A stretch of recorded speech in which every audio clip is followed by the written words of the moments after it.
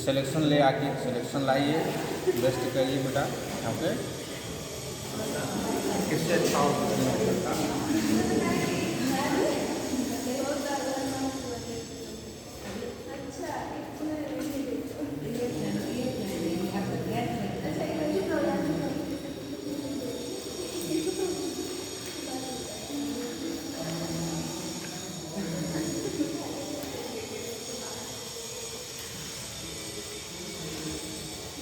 आते हैं टॉपिक पर,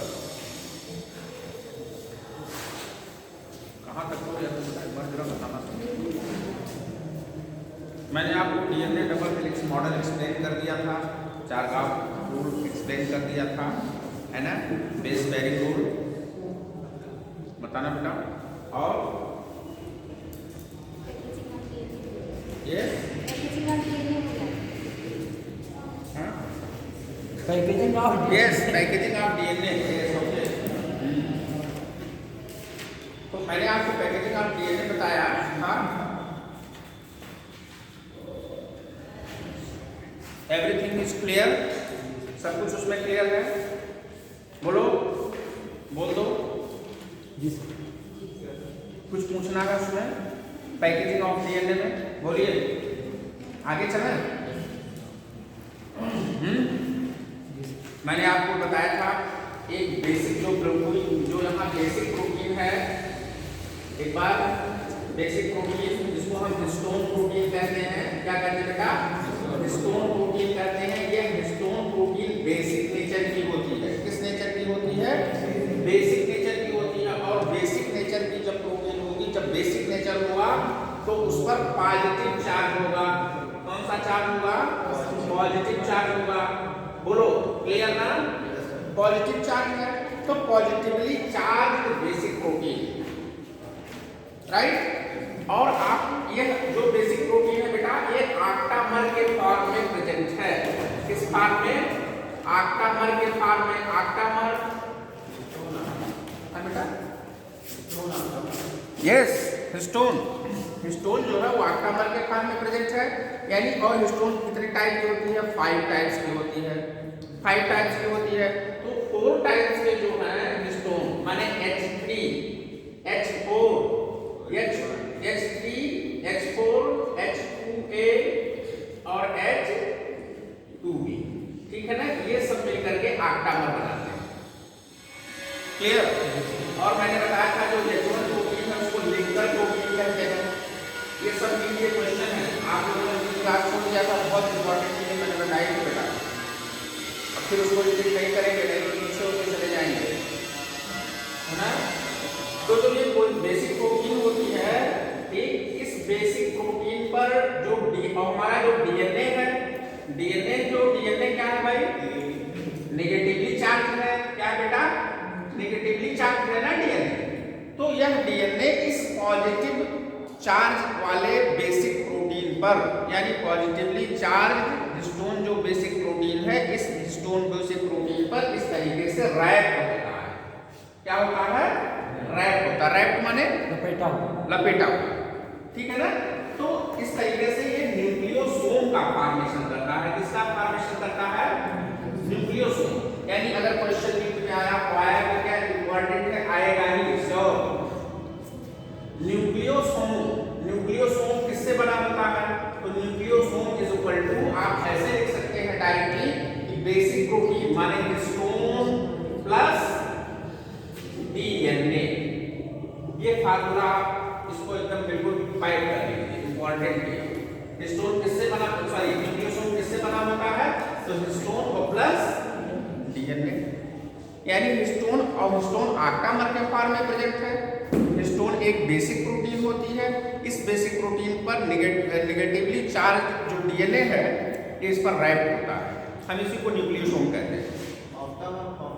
हाँ बेटा, ऑक्टा माने 8, ठीक। तो 8 कैसे है? 8 किस तरह से है ये भी बता दें, ठीक है। अच्छा क्वेश्चन किया आपने। ये जितने हैं इसके, ठीक है ना, फॉर्म, ये सब अपने डबल फॉर्म है, माने इनके 2 मॉलिक्यूल्स प्रेजेंट है। So you will get 4 × 2 = 8 molecules. तो इस नाते उसका ऑक्टामर हो गया, ऑक्टामर, है ना? जी हाँ, इस तरह से। और ये है कैसे, ये भी बता दें, थोड़ा और डीप पे जाएंगे। उस दिन अगर आप क्लास लिए होते तो आपको पता चलता है H3 और H4, ये देखो ये 2 टाइम्स में है, और H2A और H2B, देखो बेटा ये 2 है। तो इस तरीके से ये ऑक्टामर का फॉर्मेशन करते हैं। दिन बार में पूरा रैप कर जाता है। हाँ बेटा, दिन बार में पूरा रैप कर जाता है। हाँ यस भाई, डीएनए की जो चेन है वो लंबी चेन है ना हमारे डिप्लॉयड सेल में। जो हमारा डिप्लॉयड सेल है उसमें डीएनए की लंबी चेन है, लॉन्ग चेन है। कितनी लंबी चेन है? 2.2 मीटर। एनसीईआरटी कह रही है, एनसीईआरटी कहती है कि 2.2 meter, 2.2 meter long chain of the DNA, है ना, दैट इज अरेंज, है ना, that is packed in the nucleus. Nucleus में पैक्ड है, और न्यूक्लियस का डायमीटर कितना है? बहुत कम है। हम आपको बताए थे 10 to the power 6 near about इतना है। और ये इसकी लेंथ कितनी है? 2.2 मीटर। अब 2.2 मीटर डीएनए को हमको अरेंज करना है ना बेटा, फिक्स करना है, उसकी पैकेजिंग करनी है इतने छोटे से सेल में। यानी सेल बहुत छोटा है, बोलो सेल छोटा है, और सेल से छोटा न्यूक्लियस है कि नहीं है? समझो इसको, सेल छोटा है ना, सेल कितना छोटा? बहुत छोटा, यानी कुछ नैनोमीटर होगा, कुछ ही नैनोमीटर का उसका पूरी एरिया और उसका डायमीटर होगा, और उससे भी छोटा न्यूक्लियस है। 10 के पावर माइनस 15। तो एनसीईआरटी कहती है कितना बेटा? How many? 10 के पावर माइनस 15 इक्वेस्ट्रॉन टू। हाँ, 10 के और पावर उससे भी कम छोटा न्यूक्लियस है 10 to the power 6 का, -6 का, सॉरी -6 का, 10 to the power -6 न्यूटन, यानी कुछ एक इतना माइक्रोन का है। अब आप सोचिए, और इसमें हमको 2.2 मीटर न्यूक्लियस, 2.2 मीटर डीएनए को रैप करना है।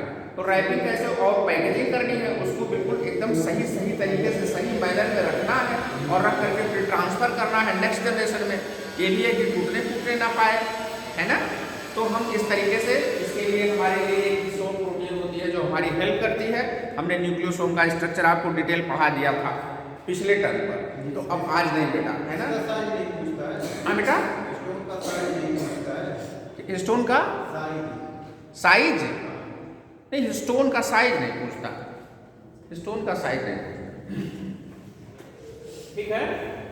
तो ये है जो आपने साइज की बात किया है, ये मैंने आपको ये बताया था कि ये 3/4 इतना टर्न ये है, और ये जो टर्न है इतना टर्न बेटा 200 बेस पेयर के बराबर है, यानी एक न्यूक्लियोसोम 200 बेस पेयर के बराबर।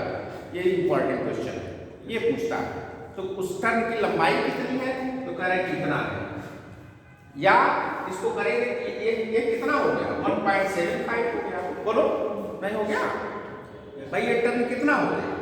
हम ये कहें आपसे, जैसे यहाँ से देख लो, यहाँ से एक राउंड घुमाए बेटा ना, ऐसे देखो, तो ये 1 टर्न हुआ, समझ लो। ये जो है ना, ये जैसे हमने आपको ये बताया कि ये क्या है, ये बेसिक प्रोटीन है, इसको हिस्टोन कहते हैं, बोलो। और इस पर ऐसे डीएनए थ्रेड की तरीके से जैसे धागा होता है बना है। तो यहाँ से जब ये यहाँ से देखो ऐसे जब करेगा, ये यहाँ तक जाएगा तो 1 टर्न नहीं हो गया, 1 टर्न हो गया। तो ये 1 और 3/4 माने यहाँ से घूम करके फिर यहाँ आगे बढ़ जाए ऐसे। तो कह रहा है कि 1 टर्न की लंबाई में कितने बेस पेयर होते हैं? ये इंपॉर्टेंट क्वेश्चन है, ये पूछा 200 बेस पेयर। कह रहा कितने बेस पेयर? तो 200 बेस पेयर, यानी 1.75 टर्न जो लंबाई का टर्न है कितने इसमें। अब ये फिर नेक्स्ट वाले से जुड़ जाएगा जाकर के, फिर देखो यहाँ, फिर इससे जुड़ेगा ऐसे, फिर आगे बढ़ेगा, फिर इससे जुड़ेगा, फिर आगे बढ़ेगा। कह रहे कि इसी तरीके से न्यूक्लियोसोम अरेंज होते हैं, ये समझ पा रहे हैं ना। और इसी के बीच में यही H1 है, H1 यानी लिंकर जो H1 है, यह लिंकर H1 डीएनए को सील करता है। यहाँ सील कर दिया, यहाँ फिर नेक्स्ट वाले को सील करेगा, फिर नेक्स्ट वाले को सील करेगा, ऐसे ऐसे बनता चला जाता है। यानी लॉन्ग चेन ऑफ डीएनए ना बेटा, डीएनए की एक लंबी चेन। बोलो ये समझ में आ रहा है ना। तो इस तरीके से इसकी कंडेंसिंग होती है। और कंडेंस होकर के यानी और ये जितने कंडेंस हैं इन सारे कंडेंस फार्म को हम क्या कहते हैं यानी न्यूक्लियोसोम फिर क्रोमैटिन काम करता है। ठीक है ना, यानी हम G1 फेज, G2 फेज और इवन दैट S फेज इस सब में जितने हैं सब में हम क्या कहेंगे कि क्रोमैटिन पाया जाता है। और यह और कंडेंस हो गया तो क्रोमोसोम बन गया और ये क्रोमोसोम किस फेज में बेटा M फेज में। ठीक है, अब यहाँ नीट का ये क्वेश्चन बहुत इंपॉर्टेंट है, most condensed form of the genetic material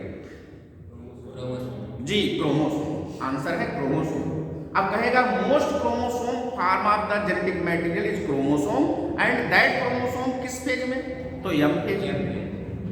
chromatin किस फेज में, तो G1 फेज में, G2 फेज में, सब में क्रोमैटिन।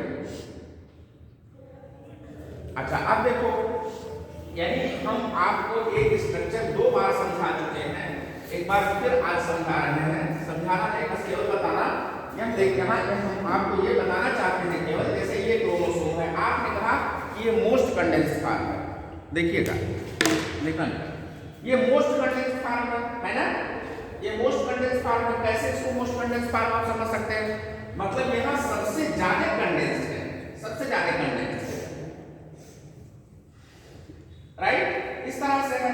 तो और ये जब खुला इसको थोड़ा सा खोलेंगे ना, अब भाई ये जो डीएनए का ऐसे तो आप कहेंगे कि भाई यही तो है ऐसे, है ना, तो ये कब है, ये अब जब और डीकंडेंसेशन इसका हुआ, माने इस ये देखो ऐसे, ये देखो ये राइट, इस तरह से बेटा ऐसे, तो ये और कंडेंस होकर के तो इस तरीके से और डीकंडेंस होकर के, यानी यही फॉर्म है डीएनए का, यानी यहाँ न्यूक्लियोसोम और आप इसको कर सकते हैं क्या क्रोमैटिन, ये क्रोमैटिन हो गया और ये क्रोमोसोम हो गया। यानी जैसे जैसे हम आगे बढ़ रहे हैं यानी कंडेंसेशन बढ़ता जा रहा है, यहाँ लेस कंडेंस है। ठीक, अच्छा हमें अब खुलने की क्या जरूरत है भाई, इस क्रोमैटिन मटेरियल को ओपन होने की क्या जरूरत है, क्योंकि ओपन नहीं होगा तो कैसे रेप्लिकेशन होगा, कैसे ट्रांसक्रिप्शन होगा, है ना, माने इस थ्रेड को खोलने की जरूरत है। ये बात समझ में आ रही है ना, तो खुलेगा ना तभी तो रेप्लिकेशन फार्क बनेगा, ओरिजिन मिलेगी, याद करिए, है ना, यानी एक स्ट्रैंड से दूसरे स्ट्रैंड का फॉर्मेशन कैसे होगा, सेमी कंजर्वेटिव मेथड से आपका रेप्लिकेशन प्रोसेस होता है, यानी डीएनए के एक स्ट्रैंड से दूसरा स्ट्रैंड का फॉर्मेशन होना, यही तो है ना, न्यू स्ट्रैंड, यानी ओल्ड स्ट्रैंड से न्यू स्ट्रैंड का फॉर्मेशन होगा। ठीक है ना, ये समझ रहे। अच्छा ठीक है, बीच में एक टॉपिक और है, एनसीईआरटी के अकॉर्डिंग तो चलना, एनसीईआरटी खोलिए सब लोग, यानी जस्ट पैकेजिंग ऑफ डीएनए, जो पैकेजिंग ऑफ डीएनए है, इस टॉपिक के बाद कौन सा टॉपिक है देखें, search for genetic material. Yes,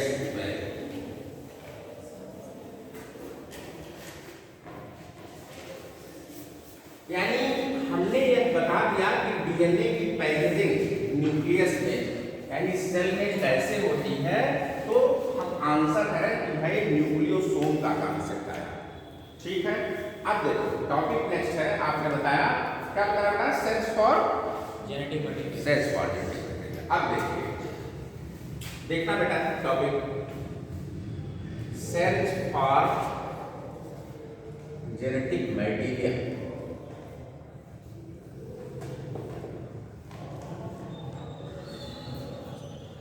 आप लोग जेनेटिक्स और सारा कुछ बायोलॉजी पढ़ रहे हैं, बहुत ध्यान देने की ज़रूरत है बेटा, बहुत इम्पोर्टेंट चीज़ है, और एनालिसिस इसकी करना, थोड़ा दिमाग को बिल्कुल कंसंट्रेट करो, कंसंट्रेट ऐसे करना जैसे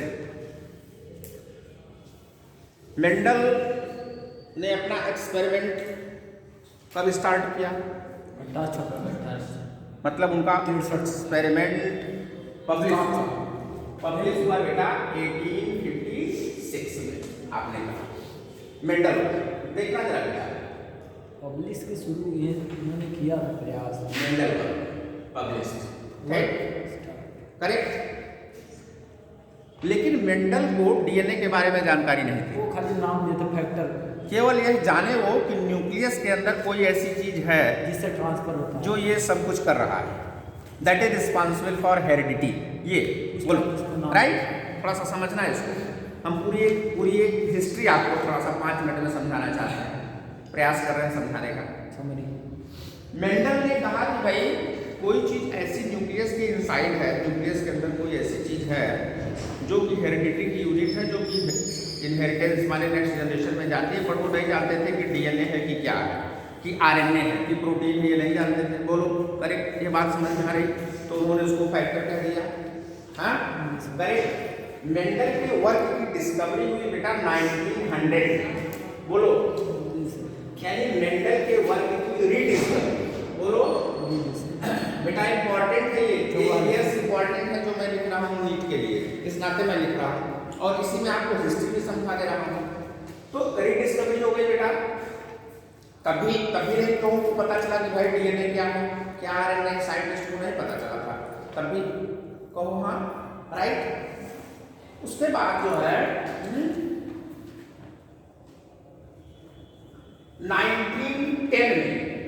1910 का वर्क किसका है? ह्यूगो ड्यूब्रीज का, यानी म्यूटेशन। देखना बेटा, इससे तुम्हारे ईयर भी क्लियर हो रहा है, वर्क भी क्लियर हो, कौन सा साइंटिस्ट काम कर रहा है, इसको सब पर इंपॉर्टेंट क्वेश्चन है बेटा। म्यूटेशन पर वर्क किया जिसने ह्यूगो ड्यूब्रीज साहब ने। बोलो करेक्ट ना, राइट। और जो है बीच में एक वर्क और है इसका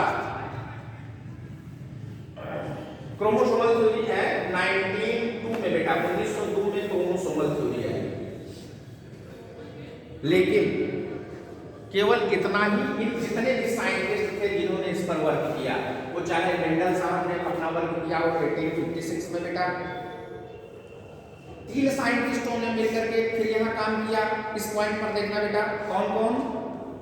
कार्ल लॉरेंस, ह्यूगो ड्यूब्रीज और सरमान, तीनों का नाम इस पॉइंट पर है बेटा, इंपॉर्टेंट है कि का क्वेश्चन है ये। मैं बता भी चुका हूँ, खूब डिटेल आपको नोट भी करा चुका हूँ। कार्ल लॉरेंस, बोलो लिख दे, लिखने की कोई जरूरत नहीं। कार्ल लॉरेंस, ह्यूगो ड्यूब्रीज और सरमान, ये तीनों लोगों ने काम किया इस पर 1900 में, रीडिस्कवरी किया। यहाँ से क्वेश्चन आपको मिल सकता है, तीनों साइंटिस्ट के नाम, ईयर और वर्क क्या, rediscovery of the Mendel work. Mendel ने काम किया, इनका वर्क पब्लिश हुआ, ये ईयर इंपॉर्टेंट है नीट के लिए। 1902 में बेटा क्रोमोसोमल थ्योरी आ गई, ठीक।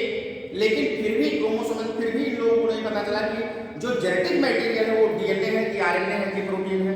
फिर देखते हैं 1910 में म्यूटेशन का वर्क किया ह्यूगो ड्यूब्रीज ने, इनको भी नहीं पता चला कि जो जेनेटिक मटेरियल है वो डीएनए है कि आरएनए। यानी इतना यह जो वर्क है, ये वर्क, इसको हम मेंडेलियन एरा कहते हैं। क्या कहते हैं? मेंडेलियन एरा है बेटा। क्या? मेंडेलियन जेनेटिक्स के नाम से जानते हैं। बोलो क्लियर हुआ? यानी इतना वर्क, यानी यह जितना आपने पढ़ लिया, इसको हम मेंडेलियन जेनेटिक्स कहते हैं। ये सारा मेंडेलियन जेनेटिक्स है। लेकिन और तब तक, यहाँ तक लोगों को, यानी जब तक म्यूटेशन थ्योरी आई, लोगों को ये नहीं पता था कि जेनेटिक मटेरियल में है क्या, कोई नहीं जानता था। क्योंकि इस टॉपिक का नाम है सर्च फॉर जेनेटिक मटेरियल। इसी नाते एनसीईआरटी ने टॉपिक रखा सर्च, आपको सर्च करना है। अब आप सर्च करिए, लोगों ने सर्च किया कि आखिर है क्या जेनेटिक मटेरियल में, है क्या जेनेटिक मटेरियल, वास्तव में प्रोटीन है कि आरएनए है। क्योंकि भाई न्यूक्लियस में क्या, भाई देखिए जो सेल है, सेल के अंदर जो न्यूक्लियस है, उन्होंने कहा न्यूक्लियस, सुनो, मेंडल ने जो कहा कि न्यूक्लियस में कोई ऐसी चीज है, बट हम जानते नहीं, सीधे एनसीईआरटी में लिखी है कि क्या है वो मैं नहीं जानता, बट कुछ है। जितने साइंटिस्ट से सब यही कहे कि कुछ है, व्हाटएवर है। लेकिन तो न्यूक्लियस में है क्या, आप बताओ न्यूक्लियस किससे बना है? डीएनए से बना है, आरएनए से बना, प्रोटीन से बना। तो तीनों चीज है, तो तीनों में से कोई जेनेटिक मटेरियल हो सकता है। भाई आज आप प्रूफ हो चुका है कि डीएनए इज जेनेटिक मटेरियल। तब आप सब लोग जान गए कि हाँ भाई डीएनए। हम भी आंसर, कोई हमसे पूछे, आपसे पूछे तो आप कहेंगे कि भाई जेनेटिक मटेरियल क्या है, तो आप कहेंगे डीएनए है। लेकिन जब डिस्कवरी नहीं हुई थी और ये कहा गया था कि न्यूक्लियस के इनसाइड जो है वही जेनेटिक मटेरियल है। लेकिन अब अगर हम अपने आप को यहाँ रख के देखें, 1910 में अगर हम पढ़ते हैं, सपोज, ध्यान देना बेटा, और हमसे कहा जाता कि न्यूक्लियस के इनसाइड कोई ऐसी चीज है जो जेनेटिक मटेरियल है, तो हम 3 चीजों पर संभावना व्यक्त करते हैं। क्या? कि डीएनए पर, आरएनए पर और प्रोटीन पर। आप हमारे इस बात से सहमत हैं कि नहीं? बोलो। यानी जेनेटिक मटेरियल क्या हो सकता है? डीएनए भी हो सकता है, आरएनए भी हो सकता है और प्रोटीन भी हो सकता है, क्योंकि न्यूक्लियस के अंदर यही तीनों पाए जाते हैं। Am I right? क्लियर? यानी न्यूक्लियस के अंदर ये तीनों पाए जाते हैं। अब हमें ये सर्च करना है, सर्च फॉर जेनेटिक मटेरियल, कि कौन सी ऐसी चीज है जो जेनेटिक मटेरियल है। तो भैया इसके लिए वर्क किया लोगों ने, यानी कहने का मतलब है, और हम कैसे जान पाएंगे जब तक हम एक्सपेरिमेंट नहीं करेंगे न्यूक्लियस का, और न्यूक्लियस के इनसाइड जो मटेरियल है उसका एक्सपेरिमेंट करेंगे और उसको आइसोलेट करेंगे अलग अलग, और उसका स्ट्रक्चरल, उसका केमिकल, उसका फंक्शनल, ये सारी स्टडी लोगों ने किया, और जो कंक्लूजन दिया वह कंक्लूजन आपके एनसीईआरटी में इस टॉपिक के अंदर दिया है। ध्यान देना बेटा, जो यह टॉपिक है इट इज वेरी इंपॉर्टेंट, बहुत इंपॉर्टेंट टॉपिक है आपको यह जानने के लिए कि जेनेटिक मटेरियल वास्तव में डीएनए, ध्यान देना बेटा, जेनेटिक मटेरियल वास्तव में डीएनए है कि आरएनए है कि प्रोटीन है। यानी इसी सर्च पर, और काम किसने किया ये हम आपको बता देते हैं। पहला काम ट्रांसफॉर्मेशन। बोलो एनसीईआरटी देखो, यस वेरी गुड, बहुत इंपॉर्टेंट। यानी ट्रांसफॉर्मेशन प्रिंसिपल पहला आपके एनसीईआरटी बोल लो, मैं एनसीईआरटी उस पर चल रहा हूं लाइन पर। एनसीईआरटी कहती है कि भाई पहला एक्सपेरिमेंट जिसने किया वो ट्रांसफॉर्मिंग प्रिंसिपल, ट्रांसफॉर्मेशन प्रिंसिपल, जिसको ट्रांसफॉर्मेशन कहते हैं, और ये बेटा बहुत इंपॉर्टेंट है। 1928 नीट में आया है, ईयर पूछा है इसका, इस नाते मैं बता रहा हूं आपको। 1928 में किसने किया? ग्रिफिथ साहब ने किया। GRIFFIEH नाम नोट कर लो, बहुत इंपॉर्टेंट है बेटा, बहुत इंपॉर्टेंट है, वेरी इंपॉर्टेंट। ग्रिफिथ, यानी ट्रांसफॉर्मेशन का प्रिंसिपल किसने दिया, किस ईयर में दिया, ये भी पूछा है। यानी पहले ऐसे साइंटिस्ट थे ग्रिफिथ, जिन्होंने ये संभावना व्यक्त किया कि भाई देखा जाए कि आखिर है क्या, न्यूक्लियस के इनसाइड क्या है जेनेटिक मटेरियल, इसका सर्च करने का पहली बार इनको श्रेय जाता है। राइट? ट्रांसफॉर्मिंग, यानी ट्रांसफॉर्मिंग प्रिंसिपल, लेकिन ये भी बता नहीं पाए। आप एनसीईआरटी पढ़िए, एनसीईआरटी पढ़िए ध्यान से, एक लाइन। ग्रिफिथ ने यह नहीं, फाइनली नहीं बता पाए कि डीएनए है कि प्रोटीन है कि आरएनए है। फिर इसी प्रिंसिपल की बायोकेमिकल स्टडी 3 लोगों ने किया। किसने किया? एवरी और बेटा मैकलियोड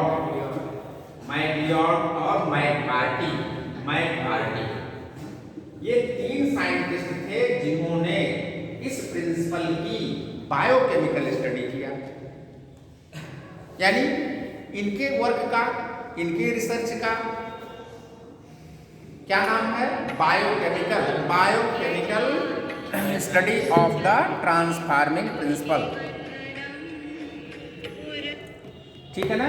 तो बायोकेमिकल, यानी इसकी बायोकेमिकल स्टडी किया उन्होंने, बड़ा इंटरेस्टिंग है, बहुत इंटरेस्टिंग। आप पढ़ेंगे तो बिल्कुल एकदम रिसर्च में चले जाएंगे। एक बार एनसीईआरटी पढ़ के आते, और जो मैं पढ़ा रहा हूँ, तो आप एकदम एक लाइन बिल्कुल एनसीईआरटी की, बहुत इंटरेस्टिंग। एक बार घर जाके आज पढ़ना कि कैसे साइंटिस्टों ने यह बताने का प्रयास किया कि डीएनए तक कहाँ कैसे पहुंचे, बहुत इंपॉर्टेंट, वेरी इंपॉर्टेंट। अब देखो, यानी ट्रांसफॉर्मेशन प्रिंसिपल भी हमको वहां तक नहीं पहुंचा पाता है, कहां तक कि डीएनए जेनेटिक मटेरियल है। आप सोच लीजिए, हेलो, बात करना बेटा ना।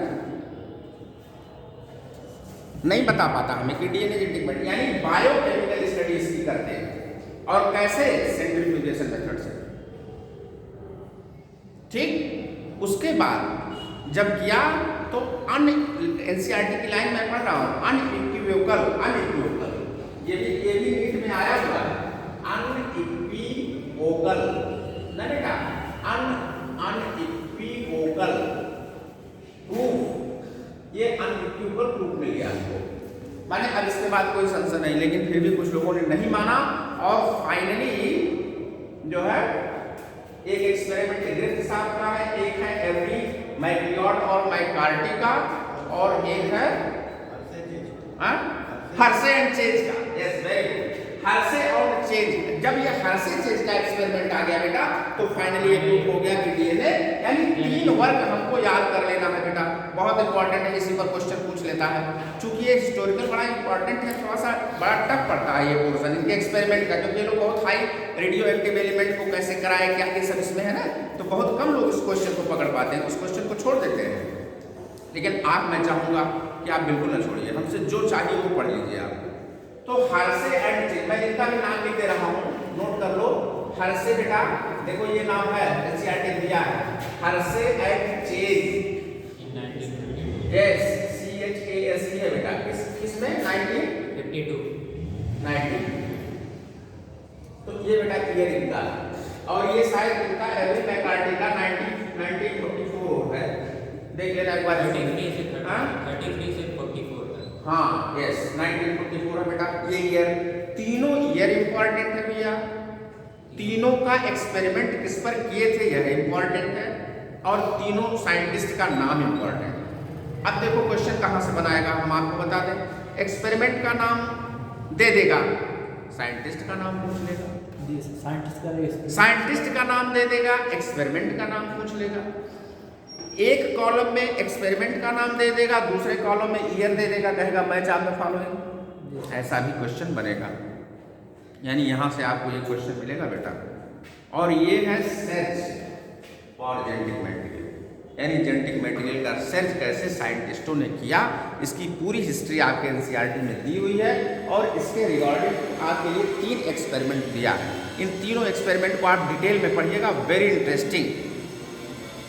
ठीक, ये मैंने आपको एक्सप्लेन कर दिया। अब हम ट्रांसफार्मिंग कर देना चाहते हैं, आज ही 5 मिनट में कर दें। हाँ, देखना बेटा, बताएं क्या, स्टार्ट करें, सर आ गए हैं।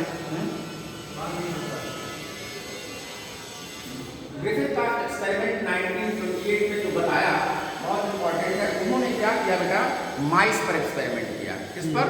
माइस पर एक्सपेरिमेंट किया था। और कैसे माइस पर एक्सपेरिमेंट किया? उन्होंने जो है स्ट्रेप्टोकोकस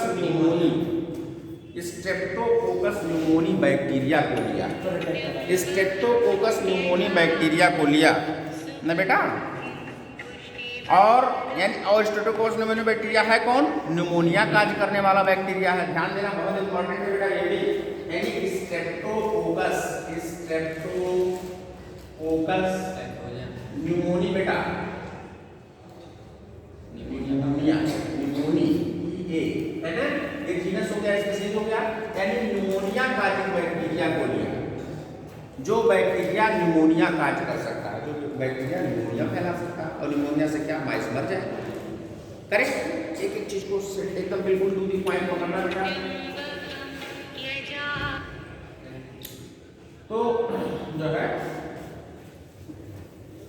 तो ग्रिफिथ साहब ने क्या किया भाई, स्ट्रेप्टोकोकस न्यूमोनी को लिया और इसके 2 स्ट्रेन को एनसीईआरटी समझा रही है, यानी इस बैक्टीरिया के 2 स्ट्रेन डेवलप किया।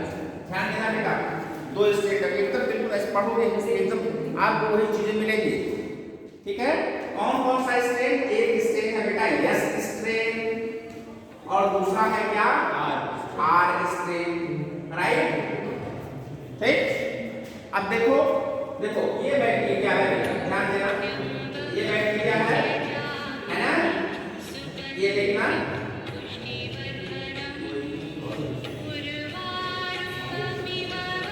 ध्यान देना, इसके ऊपर एक स्मूथ लेयर।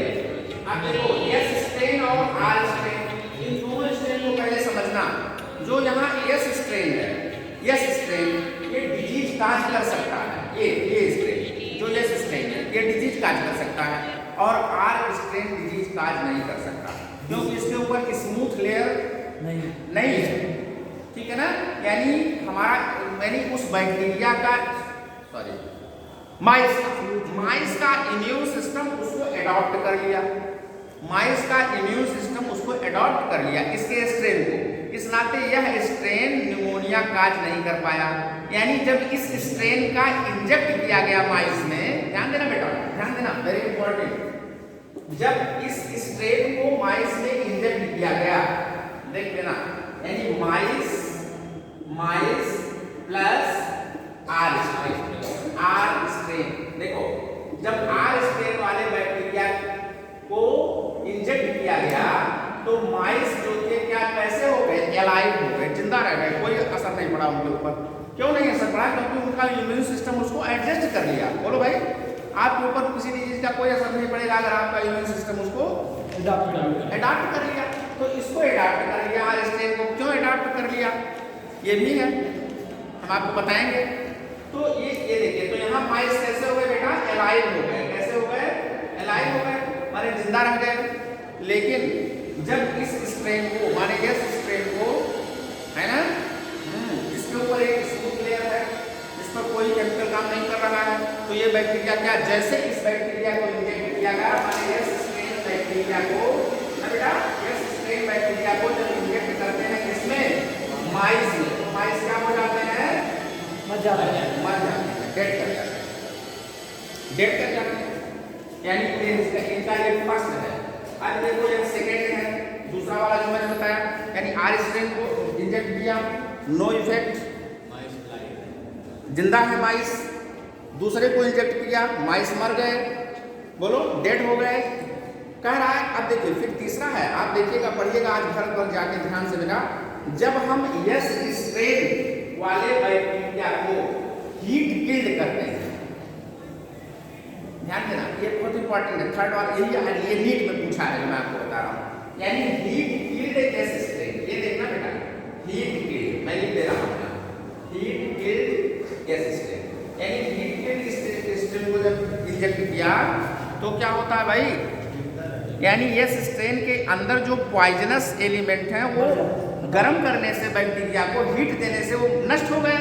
तो जब इसको इंजेक्ट किया गया, सुनो, यानी तीसरा एक्सपेरिमेंट जब उन्होंने किया तो माइस जिंदा रह गए, मरे नहीं, ठीक है ना जी। यानी ये थर्ड एक्सपेरिमेंट, यानी ये फर्स्ट है, ये सेकंड है बेटा, और ये थर्ड है, यानी हीट किल्ड और प्लस माइस तो एलाइव, जिंदा, ये थर्ड, ये पूछा है नीट में। और फोर्थ वाली कंडीशन ही बताती है कि कैसे ट्रांसफार्मिंग प्रिंसिपल कैसे ट्रांसफार्म हो गए। यानी जब हम हीट किल्ड एस स्ट्रेन को देखा कि माइस एलाइव हो गए, यानी एस स्ट्रेन से जहां मर जाते थे वहां जब इसको हीट किल्ड कर दिया तो माइस जिंदा रह गए। तो हीट किल्ड एस स्ट्रेन और प्लस आर स्ट्रेन, ये देखना, यानी उन्होंने चौथी बार जब एक्सपेरिमेंट किया तो प्लस आर करके कर दिया, यानी प्लस आर करके जब कर दिया बेटा तो हो गए क्या, माइस डेड हो गए, माइस डेड हो गए। यानी चौथे एक्सपेरिमेंट में नहीं, तो उन्होंने संभावना व्यक्त किया कि भाई यस स्ट्रेन में कोई ऐसी चीज थी, भले से हीट किल्ड था, कि उसने आर स्ट्रेन को यस स्ट्रेन में कन्वर्ट कर दिया। तो उसने नाम दिया ग्रुप ने कि विरुलेंट और एविरुलेंट। विरुलेंट माने पॉइजनस और एविरुलेंट माने नॉन पॉइजनस। यानी जो हमारा आर स्ट्रेन था वो कैसा था, नॉन पॉइजनस था, और यस स्ट्रेन पॉइजनस था। तो जब पॉइजनस वाला स्ट्रेन हीट किल्ड हमने कर दिया, उसका पॉइजन खत्म हो गया, फिर भी जब हम आर स्ट्रेन के साथ उसको जोड़ करके इंजेक्ट किए, उसके साथ उसका मिक्सचर दे करके माइस में इंजेक्ट कर दिए, तो दे आर डेड, सब मर गए। यानी कुछ ऐसी चीज थी किसमें, यस स्ट्रेन में, जो कि आर स्ट्रेन को कन्वर्ट कर दे रही है, चेंज कर दे रही है।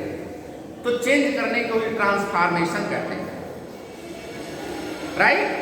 तो इस नाते इस प्रिंसिपल का नाम ट्रांसफॉर्मेशन प्रिंसिपल रख दिया, ट्रांसफॉर्मिंग प्रिंसिपल। इट मींस क्या, the virulent is converted into A virulent is converted into virulent, यानी जो नॉन पॉइजनस थे वो पॉइजनस में कन्वर्ट हो गए। ये समझ में आ गया? तो उसने कहा भाई देखिए कोई ऐसी चीज़ है, अब चाहे वो डीएनए है, चाहे आरएनए, चाहे प्रोटीन है, जो कि चेंज कर दे रही है किसमें, एस स्टेट। इस नाते इस प्रिंसिपल का नाम, समझ में आ गया बेटा ना? हाँ, जरा पढ़ना घर जा करके। तो नेक्स्ट वाला बायोकेमिकल है, बायोकेमिकल है, यानी उन्होंने फिर देखा बायोकेमिकल करा करके कि आरएनएज, डीएनएज और प्रोटीएज तीन एंजाइम का हेल्प लिया और देखा कि कौन कौन से यहाँ डाइजेस्ट हो जा रहे हैं, और फिर नेक्स्ट वाले उनकी एक्टिविटी को देखा, चेक किया। तो सेकंड वाला एक्सपेरिमेंट आप देखिएगा, थर्ड वाला भी पढ़ के आइएगा। नेक्स्ट टर्न पर हम दोनों एक्सपेरिमेंट आपका डिटेल समझा देंगे। ये समझ में आ गया ना सबको? Thank you.